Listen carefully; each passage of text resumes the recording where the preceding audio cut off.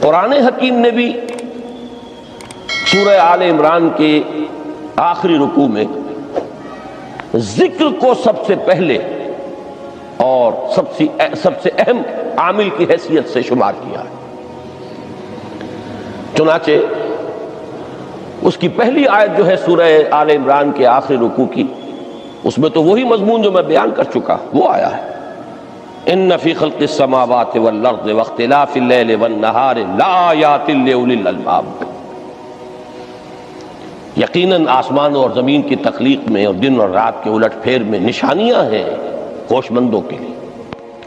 ان کے ذریعے سے انسانی شعور کے اندر وہ معرفت رب اجاگر ہوگی۔ وہ پہلا مرحلہ اس نے طے کر لیا، وہ ڈورمنٹ معرفت اب ایکٹیویٹ ہو گئی۔ اب مزید فکر کا مرحلہ ہے جو اگلی آیت میں آیا ہے، الذین یذکرون اللہ قیاما وقعودا وعلی جنوبہم ویتفکرون فی خلق السماوات والارض ربنا ما خلقت ھذا باطلا سبحانک فقنا عذاب النار۔ یعنی تفکر جو ہے ویتفکرون فی خلق السماوات والارض، وہ تفکر کرتے ہیں، غور و فکر کرتے ہیں آسمان اور زمین کی تخلیق میں، لیکن اس تفکر کے ساتھ لازماً ذکر، اور ذکر مدام، ذکر بھی وہ کہ جو مستقل ہو، ہر حالت میں ہو۔ الذین یذکرون اللہ قیاما وقعودا وعلی جنوبہم، وہ لوگ کہ جو اللہ کو یاد رکھتے ہیں، اللہ کا ذکر کرتے ہیں، کھڑے ہوئے بھی، بیٹھے ہوئے بھی، اور اپنے پہلوؤں کے بل یعنی لیٹے ہوئے بھی۔ اب ان تین کے سوا تو کوئی پوزیشن انسان کی نہیں ہے، اسی کا نام ہے دوام ذکر۔ اور اس کے ساتھ اگر وہ تفکر کرتے ہیں تو ان کا فکر اگلی منزل تک پہنچتا ہے۔ تو پہلی شے تھی فکر انسانی کی صحیح رخ پر مزید پیش قدمی اور پیش رفت، اور اس کے لیے لازم ہے ذکر و فکر کا امتزاج۔ دوسری چیز کو لیجئے عمل کی درستی۔ اس عمل کی درستی کے لیے اللہ تعالیٰ کے ساتھ ایک گہرے تعلق کی ضرورت ہے، اس لیے کہ صبر کی بحث میں یہ مضامین شاید آپ کے سامنے آ گئے ہو کہ صبر، جہاں مصیبت پر صبر ہوتا ہے، تکلیف پر صبر ہوتا ہے، اللہ کے احکام پر جمنا یہ بھی صبر ہے، نفس کی خواہشات کی باغ کو تھام کر رکھنا، کھینچ کر رکھنا یہ بھی صبر ہے، اور استقامت، کسی شے پر قائم رہنا یہ بھی صبر ہے۔ تو عمل صحیح پر استقامت کے لیے وَاصْبِرْ وَمَا صَبْرُكَ إِلَّا بِاللَّهِ، اس صبر کی سب سے اہم جو بنیاد ہے، اس کا جو سب سے بڑا ذریعہ ہے، اس کا جو سب سے بڑا سہارا ہے، وَمَا صَبْرُكَ إِلَّا بِاللَّهِ، اس کے لیے ضرورت ہے ایک گہرے تعلق کی کہ اللہ کے ساتھ ایک ایسا تعلق برقرار رہے جو نہ صرف گہرا ہو بلکہ دائم و قائم، مسلسل۔ ذرا ذہول ہوگا تعلق مع اللہ میں، ذرا کمی آئے گی، شیطان کا وار کاری ہو جائے گا۔ اسی کو حضور نے حدیث میں یوں تعبیر کیا ہے تمثیلاً کہ جو دل اللہ کی یاد سے غافل ہے، اس پر فارسی کا وہ مقولہ بھی ہے کہ خانہ خالی را دیو می گیرت، گھر خالی رہے تو جنات اس پر دیو جو ہے آ کر قبضہ جما لیتے ہیں۔ تو خانہ خلق قلب جو ہے اگر یاد خدا بندی سے خالی ہو گیا تو شیطان ابلیس لعین اپنی تھوتنی ٹکا دیتا ہے۔ یہ لفظ آتا ہے سور کے منہ کے لیے تھوتنی، جس طرح اس کا نکلا ہوا سا منہ ہوتا ہے آگے، تو یہ لفظ استعمال کیا گیا کہ وہ اپنی تھوتنی انسان کے دل پر جما کر اور پھوکے مارنی شروع کر دیتا ہے۔ تو شیطان کو موقع ہی تب ملتا ہے جب انسان کے تعلق مع اللہ کے اندر کمی ہو، وہ خانہ بالکل خالی ہو گیا ہو یا اتنا ضعیف ہو گیا ہو کہ کل عدم ہو جائے، گویا کہ نہیں۔ تیسری چیز کی طرف آئیے، روحانی ترقی، روحانی ترقی کے لیے میں ایک اصطلاح کے سامنے لا رہا ہوں، اس سے مراد کیا ہے؟ روحانی ترقی کے لیے ہماری دینی اصطلاح ہے تقرب الی اللہ، اللہ سے قریب تر ہوتے چلے جانا۔ اس پر میرا ایک کتابچہ بھی ہے، تقرب الی اللہ کے 2 مدارج، 2 درجے، جو در حقیقت ایک حدیث نبوی علیہ الصلوۃ والسلام ہی پر مبنی ہے کہ حضور نے ایک درجہ قرار دیا ہے تقرب بالفرائض، فرائض کے ذریعے سے انسان اللہ کا قرب حاصل کرے۔ ایک ہے تقرب بالنوافل، نوافل کے ذریعے سے اللہ کا قرب حاصل کرے۔ ان میں کیا نسبت و تناسب ہے، اہمیت کے اعتبار سے کون بڑھ کر ہے، بلندی کے اعتبار سے کون بڑھ کر ہے، یہ تمام مسائل میں نے اپنی اس تقریر میں بیان کیے تھے جو اس کتابچے میں شائع ہوئی ہے۔ اس وقت میں اس کی تفصیل میں نہیں جا رہا، صرف یہ تذکرہ اس لیے کر رہا ہوں کہ جن کو بھی خواہش ہو جائے وہ اس کا مطالعہ کرے۔ ہماری اس وقت کی گفتگو سے وہ کتابچہ اس جگہ پر منسلک ہوگا۔ تو تقرب الی اللہ، یہ تقرب کوئی فزیکل فینومینن نہیں ہے، جسمانی یا مادی مسئلہ نہیں ہے۔ اللہ سے قرب یہ نہیں ہے کہ کوئی کروڑوں میل کا فاصلہ ہے، اب ہمیں کوئی رسی پر چڑھنا ہے اوپر بڑی محنت اور مشقت سے، فصل تو ہے ہی نہیں، فاصلہ ہے ہی نہیں، بعد ہے ہی نہیں۔ نحن اقرب الیہ من حبل الورید، ہم تو انسان سے اس کی شہرگ سے بھی زیادہ قریب ہیں۔ ہوا معکم اینما کنتم، وہ تو تمہارے ساتھ ہی ہوتا ہے جہاں کہیں بھی تم ہو، بس صرف یہ کہ تمہاری توجہ نہیں ہوتی، تم اور چیزوں میں مشغول و مصروف رہتے ہو، تم ہماری طرف دھیان ہی نہیں دیتے، تم ہماری طرف متوجہ ہی نہیں ہوتے۔ ہم تو مائل بے کرم ہے، کوئی سائل ہی نہیں، راہ دکھلائیں کسے رہنم منزل ہی نہیں۔ انسان جب متوجہ ہو جاتا ہے اور بڑھتا ہے، آگے پیش قدمی کرتا ہے روحانی اعتبار سے، تو یہ ہے در حقیقت تقرب الی اللہ، اور اسی کو ہم کہیں گے روحانی ترقی۔ اب ان 3 چیزوں کو اگر آپ نے ذہن میں جما لیا، پھر میری بات کی ترتیب اس کو ذہن میں قائم کیجئے۔ ہم چلے کہاں سے؟ کہ دین کے ساتھ اصل مناسبت فلسفے کی نہیں، حکمت کی۔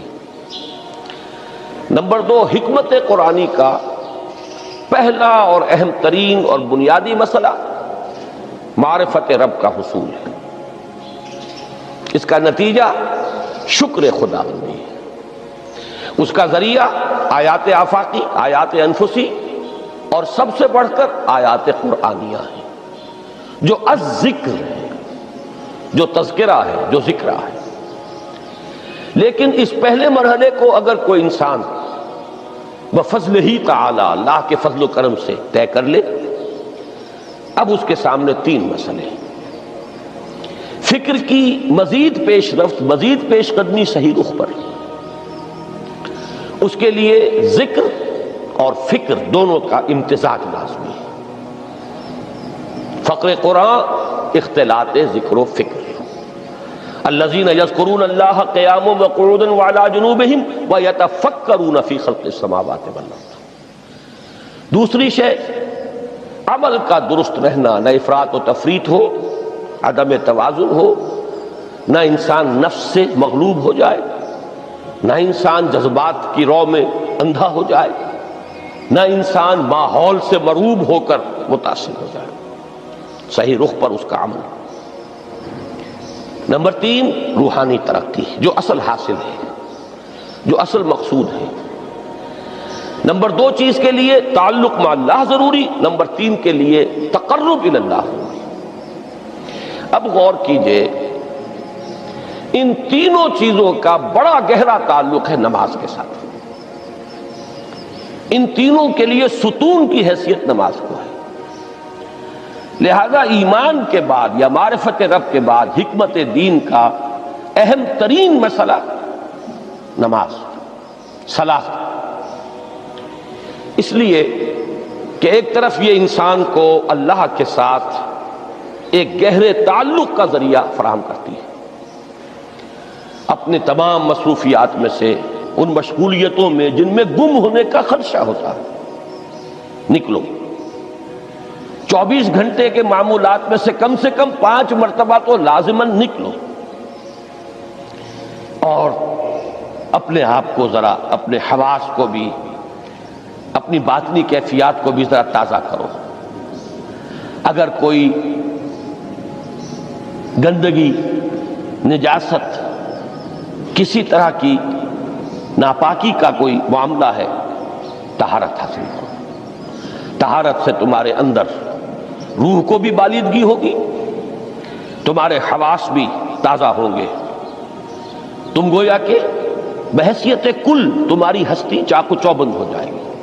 وہ کسل، وہ سستیاں، وہ جو ایک کثافتیں ہوتی ہیں، ان سب سے نجات حاصل کرو، اور اب اپنے رب کے حضور میں کھڑے ہو جاؤ، اس کے ساتھ اپنا عہد بھی تازہ کرو، اس کی اہم صفات کو بھی اپنے ذہن میں پھر مستحضر کرو۔ یہی وجہ ہے، دیکھیے میں نے جو آیات آپ کو شروع میں سنائی تھی، سورہ لقمان کی 2 آیتیں، پہلی آیت میں اس کا ترجمہ کر چکا، دوسری آیت وَلَقَدْ وَإِذْ قَالَ لُقْمَانُ لِابْنِهِ وَهُوَ يَعِظُهُ يَا بُنَيَّ لَا تُشْرِكْ بِاللَّهِ إِنَّ الشِّرْكَ لَظُلْمٌ عَظِيمٌ۔ اس کے بعد درمیان میں کچھ مضمون آ کر پھر وہ آیہ مبارکہ آئی، یا بنی اقم الصلاۃ وامر بالمعروف وانہ عن المنکر واصبر علی ما اصابک۔ گویا کہ اہم ترین چیز، بنیادی ترین چیز، اللہ کو محض پہچان لینا کافی نہیں ہے، یاد رکھنا ضروری ہے۔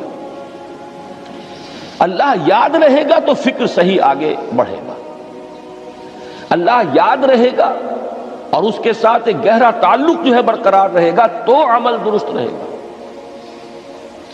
بالکل یہی بات سورہ طٰہٰ میں جو پہلی وحی حضرت موسیٰ علیہ السلام پر ہوئی، اور پہلا مخاطبہ ہے، چونکہ حضرت موسیٰ کو یہ انبیاء کرام کے مقدس گروہ میں ایک امتیازی حیثیت حاصل ہے کہ ان سے براہ راست گفتگو ہوئی ہے، اگرچہ صرف ایک پردہ تھا، اوٹ من ورائے حجاب گفتگو ہوئی ہے، لیکن یہ کہ کوئی فرشتے کا درمیانی جو ہے وہ لنک نہیں تھا، براہ راست اللہ تعالیٰ نے حضرت موسیٰ علیہ السلام سے کلام فرمایا۔ کلم اللہ موسیٰ تکلیما، موسیٰ سے تو اللہ نے کلام فرمایا جیسے کہ کلام کیا جاتا ہے۔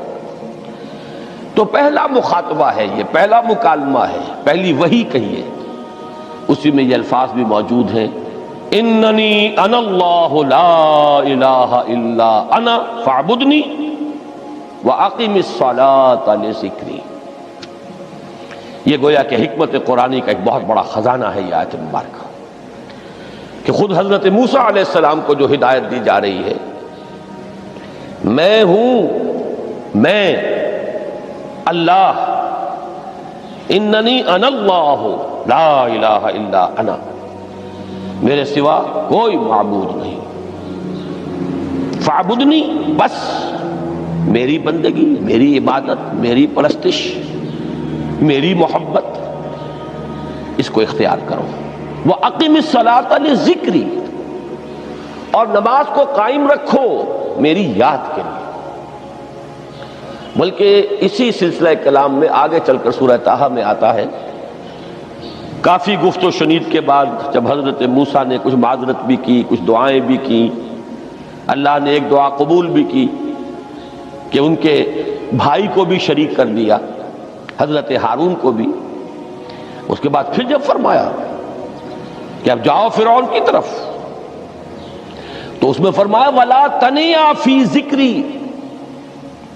اور دیکھنا یہ جو عظیم مشن تمہارے کندھے پر آ گیا ہے، بڑا بھاری اور کٹھن ایک فرض ہے جو تم پر عائد ہو گیا ہے، اس کے لیے سب سے بڑی تمہارے پاس جو قوت کا ذریعہ ہے وہ نماز ہے۔ اقیم فلا تنیا عن ذکری، میری یاد میں کبھی غفلت نہ کرنا، اس میں کبھی کوئی کمی نہ آنے دینا۔ جیسا کہ میں نے عرض کیا تھا کہ جیسے ہی وہ تعلق جو ہے کمزور پڑتا ہے یا منقطع ہو جائے معاذ اللہ، تو پھر انسان گویا کہ شیطان کے لیے ایک لقمہ تر بن جاتا ہے۔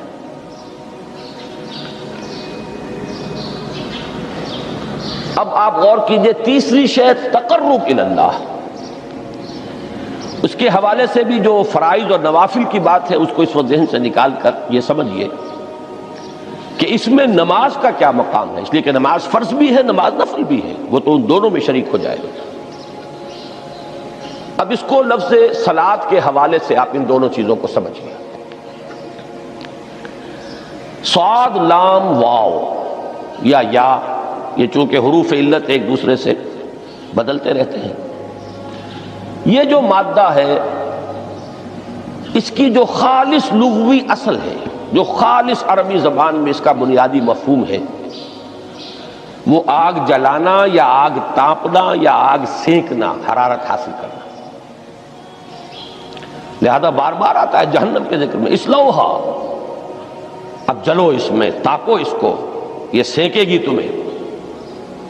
بلکہ تفتلون کا لفظ آیا ہے حضرت موسیٰ کے کلام میں، جب وہ گئے تھے کوہ طور پر، جب پہنچ گئے تو تھے آگ تک کی تلاش میں، لعلکم تفتلون، تو اپنے اہل خانہ سے یہی کہا تھا کہ مجھے کہیں وہ روشنی نظر آ رہی ہے، غالباً کوئی وہاں سے آگ مل سکے گی، ورنہ یہ کہ کوئی رہنمائی کو رستہ مجھے مل سکے گا، میں وہ آگ لے آؤں گا، کوئی چنگاری وہاں سے لے آؤں، لعلکم تفتلون، تاکہ تم، اب یہ اصطلاح در حقیقت باب افتعال ہے، اور یہ تے یہاں پر توئے کی شکل اختیار کر گئی، تا نے توبن کی صورت اختیار کی سواد کی وجہ سے۔ بہرحال اس کا سب سے بنیادی مفہوم جو ہے وہ ہے تاپنا، سکائی حاصل کرنا، حرارت۔ اس کے حوالے سے سمجھ لیجئے کہ سب سے بنیادی تعلق اس کا جو ہے وہ روح کے ساتھ ہے۔ روح میں محبت خداوندی کی آگ اگر ٹھنڈی پڑ گئی ہو، اگر محبت خداوندی کی حرارت میں کمی ہو رہی ہو، تو اس کو اثر نو، جس کو کہ میں آج سوچ رہا تھا تو ایک لفظ ذہن میں آیا کہ جیسے بیٹری اس کو ریچارج کیا جاتا ہے، اسی طریقے سے روح کے اندر محبت خداوندی کی اس حرارت کو اثر نو تازہ کرنا، یہ ہے در حقیقت نماز کا اصل مقصد۔ اس لیے کہ اس لفظ کا بنیادی مفہوم، اصل لغوی مفہوم تو یہ ہے، اگرچہ اس کا سب سے زیادہ کثرت سے جو استعمال ہوتا ہے، اور لفظ صلاۃ جس سے در حقیقت جس تصور پر مبنی ہے وہ ہے اقدام، کسی کی طرف متوجہ ہونا اور پھر دعا۔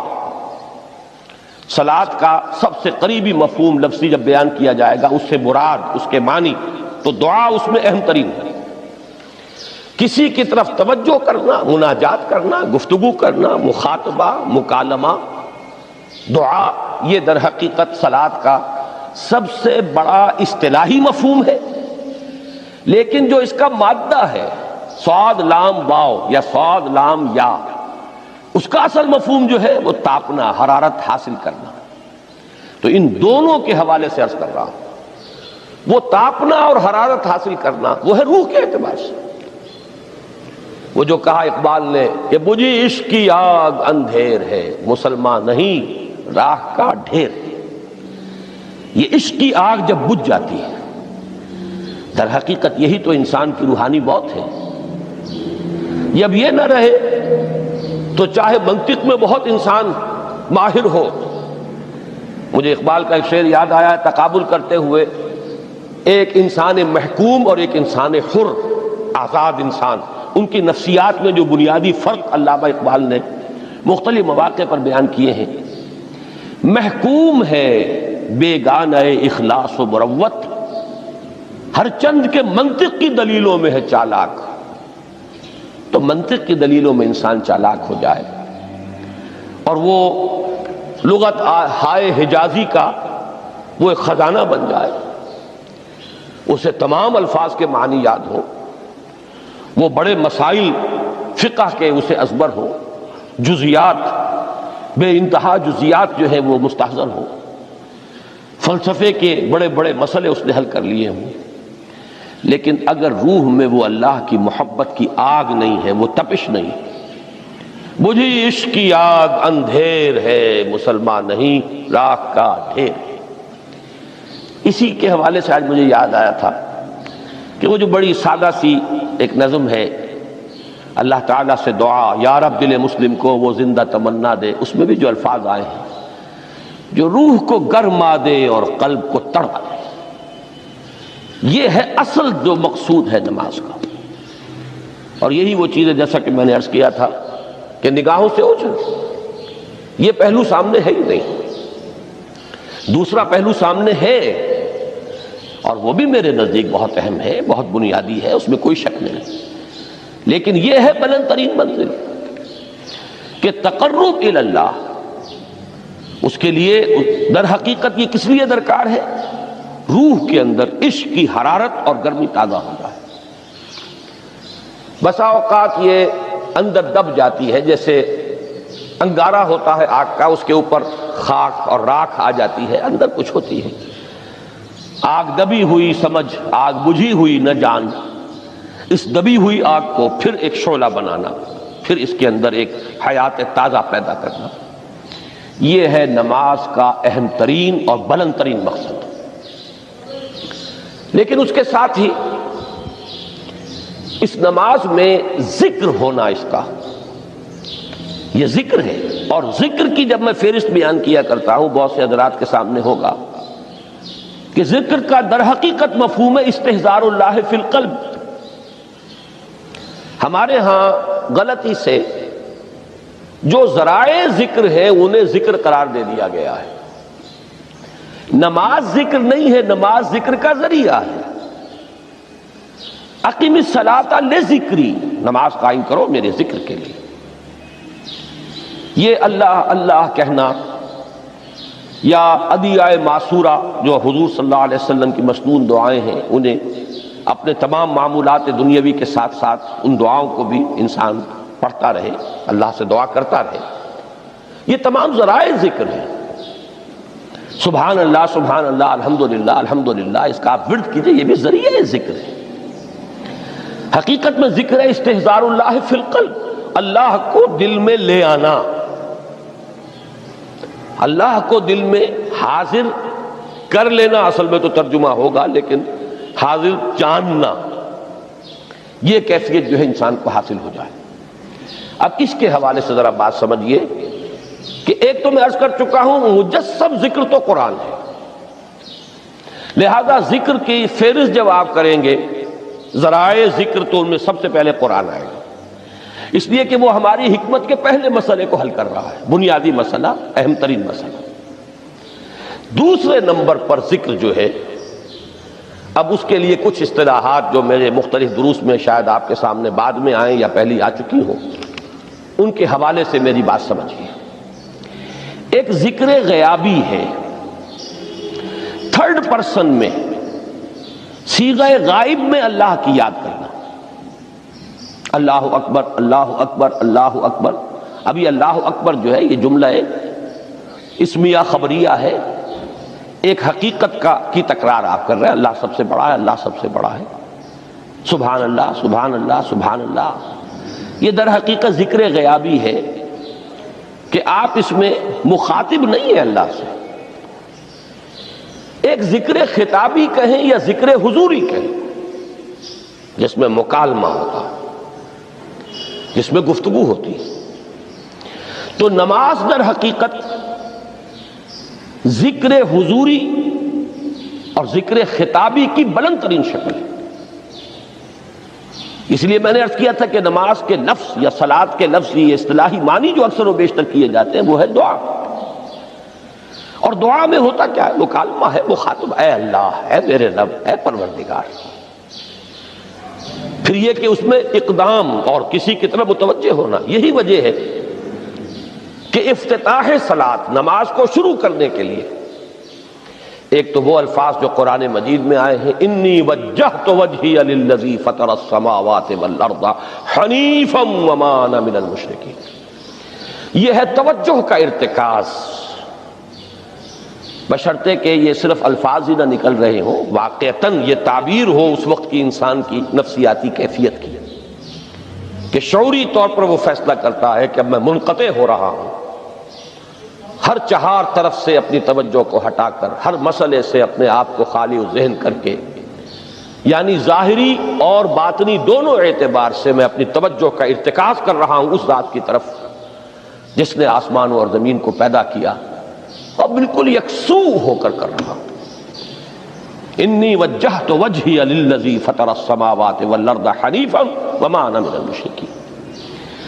اور دوسری وہ جو دعا جس سے ہم افتتاح کرتے ہیں اپنی نماز کا، دیکھیں اس میں خطاب کا کس قدر اہتمام، وہاں سبحان اللہ نہیں ہے، سبحانک اللہم، پاک ہے تو اے رب ہمارے، وبحمدک وتبارک اسمک وتعالی جدک۔ اب آپ غور کر رہے ہیں، یہ ہے تخاطب، براہ راست مخاطب ہونا ہو رہی ہے۔ تو سب سے پہلی بات تو یہ ہوئی کہ ذکر کی ایک شکل ہے ذکر غیابی، دوسری ذکر حضوری، اور ذکر حضوری یا ذکر خطابی کی بلند ترین منزل، بلند ترین اس کا ذریعہ نماز۔ اس کو ایک پہلو سے اور سمجھ لیجئے، سورہ فاتحہ جب پھر ہم پڑھتے ہیں جسے الصلاۃ کہا گیا ہے، جو لب لباب ہے، خلاصہ ہے، اس میں پھر تدریجاً غیاب سے حضور کی طرف پیش قدمی ہوتی ہے۔ الحمدللہ رب العالمین الرحمن الرحیم مالک یوم الدین، یہ ذکر غیابی ہے، اس میں ابھی خطاب نہیں آیا۔ یہ وہی جملہ اسمیہ ہے، کل تعریف اس اللہ کے لیے ہے جو تمام جہانوں کا پروردگار ہے، مالک ہے، جو رحمان ہے، رحیم ہے، جزا و سزا کے دن کا مختار و مالک ہے۔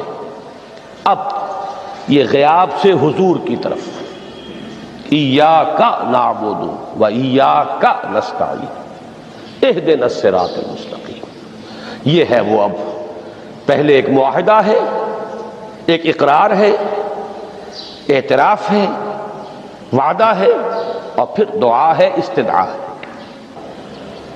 کہ حضور نے فرمایا، یقول اللہ تعالی، اللہ یہ فرماتا ہے، اسی لیے اس کو حدیث قدسی کہیں گے، قسمت الصلاۃ بینی و بین عبدی نصفین، میں نے نماز کو اپنے اور اپنے بندے کے مابین آدھا آدھا تقسیم کر دیا ہے۔ اب یہاں تک تو جملہ ہے اللہ کا، یہ ہے حدیث قدسی۔ اب آگے جو ہے نریشن اس کی جو ہے حضور صلی اللہ علیہ وسلم کی جانب سے ہے، یعنی خبر دے رہے ہیں وہ اللہ کی طرف سے ہی۔